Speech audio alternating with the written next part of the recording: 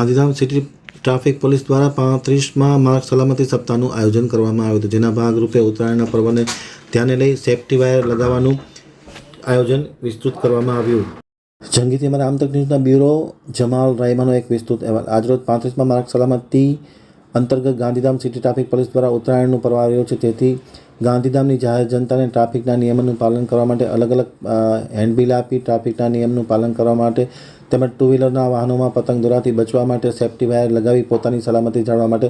સમજ આપવામાં આવી હતી. ખાસ કરીને 35મા માર્ગ સલામતી સપ્તાહ અંતર્ગત ગાંધીધામ સિટી ટ્રાફિક પોલીસ દ્વારા ઉપરોક્ત કાર્યક્રમનું આયોજન કરવામાં આવ્યું હતું, જેમાં પોલીસ અધિકારી ખુદ ઉપસ્થિત રહી તેમના સ્ટાફ દ્વારા જે ટુ વ્હીલર છે એમાં સેફ્ટી વાયર લગાવવામાં આવી હતા